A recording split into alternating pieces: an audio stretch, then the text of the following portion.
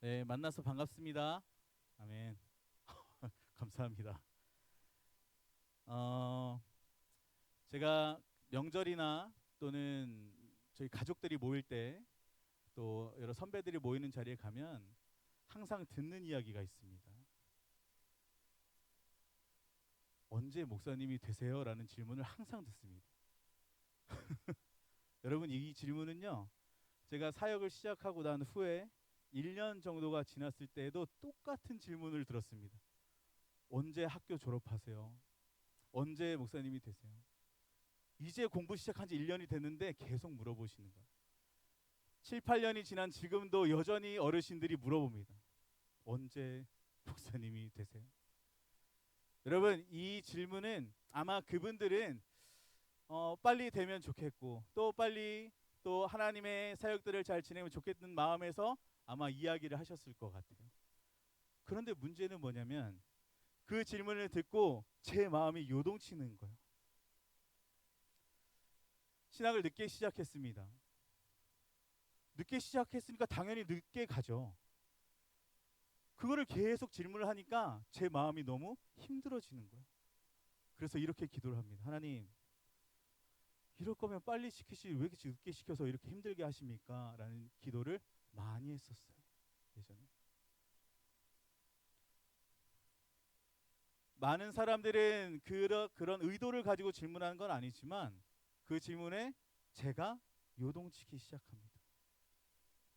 시간이 한참 지나서 하나님 앞에 기도하며 나아갈 때 하나님의 시간표, 하나님의 때, 각자에게 주시는 하나님의 때가 있음을 알게 되었습니다. 조금 느리죠. 좀 천천히 가는 분들도 여기 아마 계실 것 같습니다. 그러나 하나님께서 정말로 살아계시고 하나님께서 우리와 함께하고 계심을 믿는다면 우리의 시간표, 하나님께서 원하시는 하나님의 때는 각자마다 다르기 때문에 크게 요동하지 않아도 된다는 거예요. 여러분, 하나님의 때, 하나님의 시간은 각자가 다 다릅니다. 누구는 천천히 가고 누구는 빠르게 갑니다. 누구는 넓게 가고 누구는 좁게 가기도 합니다. 하나님의 방법은 다 다릅니다. 그러나 그 하나님의 방법을 내가 어떻게 바라보느냐, 하나님의 시간표를 내가 어떻게 바라보느냐가 중요합니다. 오늘 제목을 제사보다 하나님을 아는 것이라고 정해 보았어요. 제사는 보여지기 위한 제사를 하나님께서 말씀하십니다. 보여지는 제사보다 하나님을 아는 것이 중요하다고 오늘 호세아 선지자를 통해서 말씀하고 계십니다.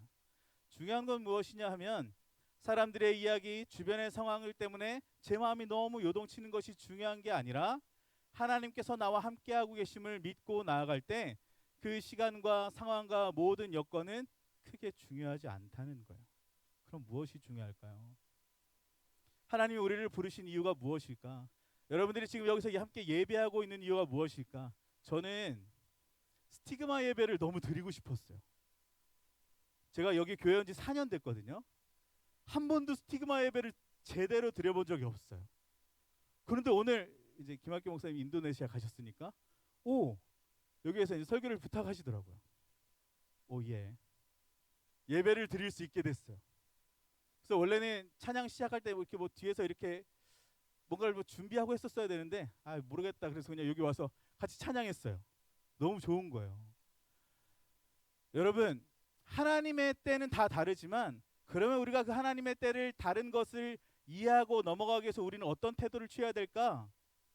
하나님께서 부르신 그 자리에서 예배할 수 있음이 우리에게 은혜요, 하나님을 향한 고백인 줄 믿습니다. 하나님의 때는 다 달라요. 시간표도 다 달라요. 그러나 우리가 지금 서 있는 그 자리에 하나님이 부르신 자리에서 우리가 어떻게 하나님을 예배하고 있는가를 바라볼 때 우리의 생각은 달라지기 시작합니다. 그래서 하나님께서는 호세아 선지자를 통해서 제사보다 하나님을 아는 것이 중요하다고 말씀하시는 거예요. 사람들에게 보여지는 모습보다, 사람들에게 내 모습이 뭔가 보여지는 것보다, 내 마음이 요동치는 것보다 중요한 게 뭐예요? 매 순간마다 하나님을 알아가는 것, 그리고 하나님을 예배하는 것, 이것이 중요한 것 같습니다. 여러분, 우리는 살면서 관계가 끝났다라고 하는 상황들을 만나게 됩니다. 어떤 인간관계, 어떤 상황들에 회복이 불가능하다라는 상황들을 만나게 될 때가 있습니다. 사람과 사람 사이의 관계든 하나님과 나 자신과의 관계든 한번 깨어지면 다시 이어붙일 수 없을 것 같은 순간들이 있습니다. 오늘 본문의 배경은요, 이스라엘도 그런 상황이었습니다. 하나님과의 관계는 이미 오래전에 깨졌어요. 나라는 안으로부터 서서히 무너져가고 있었습니다. 그런데 놀랍게도 이 캄캄한 시대 한복판에 호세아 선지자가 지금 서 있는 거예요. 절망이 아니라 돌아가자, 여호와께로 돌아가자 외치며 서 있는 것입니다. 관계가 끝났다고 생각되어진 그 나라에서, 하나님과의 관계가 끝났다고 생각되어진 그 나라에서 지금 호세아 선지자는 외치고 있는 거예요. 호세아 선지자는 깨어진 관계 속에서도 여전히 우리를 기다리고 계시는 하나님의 마음을 나누기 시작합니다. 오늘 저와 여러분들이 함께 나눌 이 말씀 안에 하나님께서 한 사람 한 사람 하나님의 때에 지금도 우리를 기다리시는 그 하나님을 꼭 붙드시는 시간들이 되시면 좋겠습니다. 호세아 선지자가 하나님의 부르심을 받은 시기는 북이스라엘이 최고의 번영을 누리고 있었을 때예요. 여로보암 2세 때의 일입니다. 그리고 그의 사역은 여로보암 2세 이후에 6왕이 다스리는 시대를 지나갑니다. 그러니까 굉장히 오랜 시간 호세아 선지자는 사역을 하는 거예요. 이스라엘 왕국이 멸망하는 순간까지 이어집니다. 여로보암 2세 때 북이스라엘은요, 정치 경제적 정선기를 맞이했습니다. 화려한 번영의 시대였습니다. 그러나 그 이면에는 하나님의 백성들의 영적인 타락이 점점 깊어지고 있었어요. 그 이후 왕에 오른 사람들은 스가랴, 살룸, 무나엠, 부가히야, 베가 그리고 호세아까지 6명이었습니다. 여러분, 이 호세아 왕은 우리가 지금 얘기하는 호세아 선지자랑 다른 사람입니다. 호세아 왕까지 6왕이 지나갑니다. 첫 번째 스가랴 왕은요, 즉위한 지 6달 만에 살룸에게 살해당해요. 살룸 왕은 왕이 된 지 한 달 만에 무나엠에게 죽임을 당합니다. 한 세대도 안 된 채 왕권이 여러 번 피로 물들기 시작했어요. 그만큼 나란히 근본에서부터 병들기 시작했습니다. 마지막 6번째 왕, 이 호세아 왕은요, 호세아 선지자와 아까도 말씀드렸듯이 이름은 같은 인물입니다. 이때 이스라엘은 아시리아에서 멸망하게 되죠. 여러분, 이 왕들 중에 누구 하나 행정이나 외교에서 그렇다 할 업적을 남기지 못했습니다. 이 이스라엘의 삶은 점점 불안해졌습니다. 나라의 힘은 점점 약해지기 시작합니다. 호세아 선지자가 사역하는 동안에 이스라엘은 안정되었었던 나라에서 점점 절망의 나라로 변해가기 시작합니다. 여러분, 이 호세아는 구체적으로 어떤 청중에게 어떤 상황의 말씀을 선포하는지는 분명하게 나타나 있지 않습니다. 예를 들면 아모스 선지자는 아마샤와 충돌 장면에서 선포의 구체적인 정황을 드러내는데, 호세아 선지자는 그런 배경이 잘 남아있지 않습니다. 그런데 호세아서를 보고 역사적인 배경을 보면 이 호세아 선지자가 하나님의 말씀을 대언하고 선포할 때 이 호세아 선지자의 이야기를 무시하고 조롱했을 것 같은 사람들이 많을 것이었다고 학자들이 이야기합니다. 여러분, 생각해 보세요. 시대는 점점 변해가고 있어요. 그리고 하나님을 믿는 사람들이 점점 줄어가고 있어요. 그런데 그 한복판에서 호세아 선지자는 여호와께로 돌아갑시다 라고 외치고 있어요. 그걸 누가 들을까요? 아마 아무도 듣지 않을 거예요. 그런 시대에 호세아 선지자가 지금 있는 거예요. 여러분, 우리나라도 마찬가지입니다. 우리나라는요, 기독교 역사가 그렇게 오래되지 않았습니다. 약 한 100년 정도 밖에 되지 않았습니다. 그런데 어떤 세계에서보다 정말로 큰 부흥을 이루어간 나라로 평가되고 있습니다. 제가 지금 20년 전만 해도요, 아마 저랑 비슷한 나이대 분들이 계신 것 같은데 20년 전만 해도요, 거리에 찬양 예배가 막 넘쳐났었습니다. 뭐 어디 가면 전부 다 기도회였어요. 교회마다 청년들이, 교회마다 다음 세대들이 막 넘쳐났던 시기였습니다. 곳곳에 예수 그리스도를 믿는 이들이 막 넘치던 시기였어요. 우리나라가 그랬습니다. 불과 지금으로부터 20년 전에요. 그런데 세상이 정말 많이 발전이 되어가고 있고 고도화되어 가고 있고 수많은 기술들이 매일마다 쏟아지고 있고 세상은 점점 편리한 모습으로 바뀌고 있는데,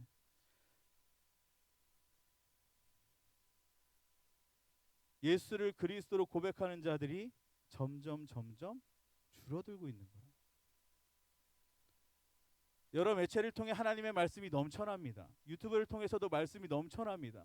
정말 많은 사람들이 넘쳐나기 시작하게 지금도 예배를 드리는 모습이 유튜브로 보여지고 있어. 그런데 점점 하나님을 창조주이신 하나님으로 고백하는 사람들이 점점 줄어들고 있는 이 아이러니한 상황, 이것이 호세아 선지자가 만났던 시대와 별반 다르지 않다는 거예요.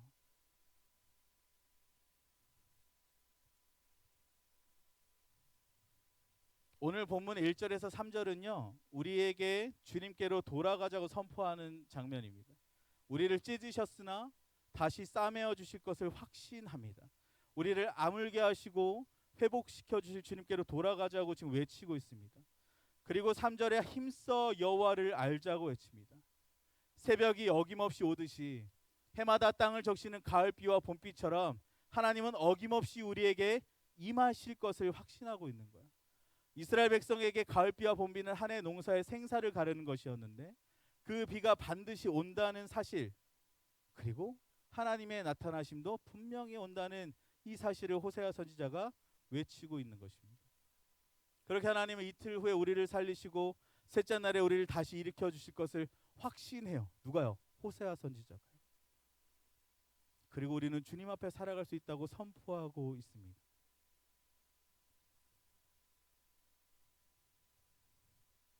하나님께서 말씀하십니다. 하나님이 원하는 것은 딱 한 가지라고 말씀하시죠. 나를 변함없이 사랑해 주는 것, 제사가 아니야. 나를 더 알기를 바라는 것, 번제가 아니라고 말씀하십니다. 여기서 인애라고 번역된 히브리어는 헤세드라고 하는 단어인데요, 한순간의 감정이 아니라 이 언약 관계 안에서 끝까지 지키는 신실하신 사랑을 뜻합니다. 하나님이 원하시는 것은요, 바로 이 한결같음입니다. 하나님은 반드시 너희를 다시 싸매고 고치고 회복시킬 것이라고 말씀하십니다. 왜냐하면 우리의 하나님이기 때문에 그렇습니다. 호세아 선지자를 통해 그 이스라엘 백성들에게 하셨던 그 말씀을 지금도 우리 시대를 살아가고 있는 우리들에게 하나님께서는 동일하게 말씀하고 계시는 거죠. 돌아가자는 초청, 힘써 하나님을 알자고 하는 권면, 제사보다 인애를 원하신다는 하나님의 마음, 이 세 가지가 오늘 본문이 우리에게 전하는 핵심 메시지입니다. 호세아 선지자는 확신에 차서 외치죠. 신실하신 주님을 의지하며 선포합니다. 여호와께로 돌아갑시다. 여호와께로 돌아갑시다. 우리 다시 여호와께로 돌아갑시다 라고 외치고 있습니다. 여러분, 이 호세아의 외침은요, 그 시대에만 머무르지 않습니다. 마태복음 9장에 보니까 예수님이 세리였던 마태를 제자로 부르시죠.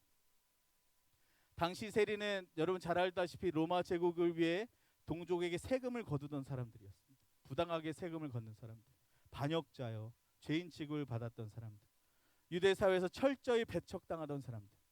예수님은 그런 마태의 집에 들어가 세리와 죄인들과 함께 식탁에 앉으셨습니다.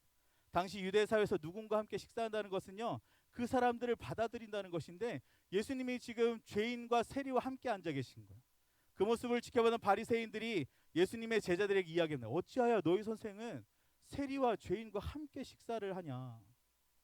어떻게 저 배은망덕한 사람들과 예수님 너의 스승은 함께 식사를 하냐? 그랬더니 예수님이 이렇게 말씀하십니다. 건강한 자에게는 의원이 쓸데없고 병든 자에게라 쓸데가 있다. 너희는 가서 내가 긍휼을 원하고 제사를 원하지 아니하노라 하신 뜻이 무엇인지 배우라. 나는 의인을 부르러 온 것이 아니요 죄인을 부르러 왔노라. 예수님의 말씀 인용하신 말씀이 호세아 6장의 말씀이에요. 마태복음 12장에도 보니까 비슷한 장면이 있습니다. 안식일에 예수님의 제자들이 이 밀밭 사이로 지나가다가 너무 배가 고파요. 그래서 밀 이삭을 잘라 먹었습니다. 바리새인들이 이를 두고 어떻게 안식일에 먹을 것을 취하냐, 안식일에 하지 못할 일을 했다며 비난했습니다. 당시 바리새인들은요, 모세의 율법 자체를 훨씬 더 잘 지키던 사람들이었어요. 그런데 예수님의 제자들이 안식일 규정을 어긴 거예요. 밀이삭을 먹었거든요. 예수님은 다윗이 사울을 피해 도망치던 중에 배가 고파서 제사장 외에는 먹을 수 없었던 진설병 사건을 이야기하십니다. 안식일에도 성전에서 일하는 제사장들이 죄가 되지 않는 사실을 예로 드십니다. 그리고 다시 한번 호세아 6장 6절을 인용하십니다. 내가 긍휼을 원하고 제사를 원하지 아니한다. 이렇게 말씀하세요. 여러분, 예수님께서도 계속해서 호세아 6장의 이야기를 말씀하고 계세요. 하나님이 진정 원하는 것이 무엇입니까? 하나님이 진짜로 원하는 것이 무엇입니까? 호세아 선지자를 통해 예수 그리스도를 통해 선포된 하나님의 마음은 예수 그리스도의 마음이었고 지금도 변하지 않는 마음, 제사보다 하나님을 만나는 것이 더 중요하다는 사실. 사랑하는 버팀 공동체 여러분, 청년 때 우리가 붙들어야 하는 것은 화려한 스펙이나 완벽한 스케줄이 아닙니다. 아까 제가 처음에 말씀드렸던 사람들이 원하고 기대하는 그런 사람들의 시선에 따른 순서가 아니라는 거예요. 하나님의 시간표, 하나님의 때가 있습니다. 그러면 우리는 하나님과의 관계에 초점을 두어야 합니다. 바쁜 하루 가운데 잠시 멈추어 하나님께로 돌아가야 합니다. 말씀 앞에 정직하게 서야 합니다. 이것이 오늘 본문이 우리에게 요구하는 구체적인 순종의 모습입니다. 저와 여러분들은 어쩌면 하나님께서 부르신 예배자일지도 모르겠습니다. 점점 희미해져가는 시대, 하나님의 말씀이 흐려져가는 이 시대에 여전히 불꽃 같은 말씀으로 세상을 향해 내가 너희의 하나님이야 라고 말씀하시는 아버지의 마음을 품고 나아가야 하는 예배자들 말입니다. 여러분들의 예배를 통해 이 대구 칠곡교회 예배가 세워지길 소망합니다. 더 나아가 이 칠곡 지역의 예배가 세워지면 좋겠습니다. 대구 경북 지역에 또 온 열방의 예배가 세워지면 좋겠습니다. 누구로 인해서요? 제사보다 하나님을 아는 것을 더 중요하게 여기는 여러분들을 통해서요. 세상의 시선은 중요하지 않습니다. 내가 지금 하나님과 함께 예배하고 있는가? 내가 지금 하나님을 사랑하고 있는가? 내 삶에 억울하고 힘든 일이 닥쳐와도 괜찮습니다. 왜냐하면 하나님께서 해결해 주실 것을 믿는 믿음이 있다면 우리는 천천히 걸어갈 수 있거든요.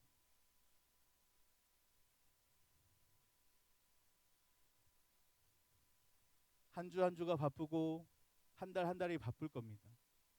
아마도 여러분들의 삶은 지금보다 더 많이 바빠질 것입니다. 그러나 잠시 멈추어 하나님의 말씀 앞에 머무르는 시간들이 분명히 있으시면 좋겠습니다. 힘써 여호와를 알아가야 하는 것, 힘써 여호와 앞에 나아가야 하는 것, 힘써 주님을 예배해야 하는 것. 사람들에게 보여지는 제사보다, 사람들에게 보여지는 그 어떠함보다 우리가 하나님을 먼저 알아가는 것이 더 중요합니다. 이번 한 주간이 여러분들의 삶에 하나님을 알아가는 것이 가장 중요한 시간들이 되시기를 주님의 이름으로 축복합니다. 잠시 기도하겠습니다.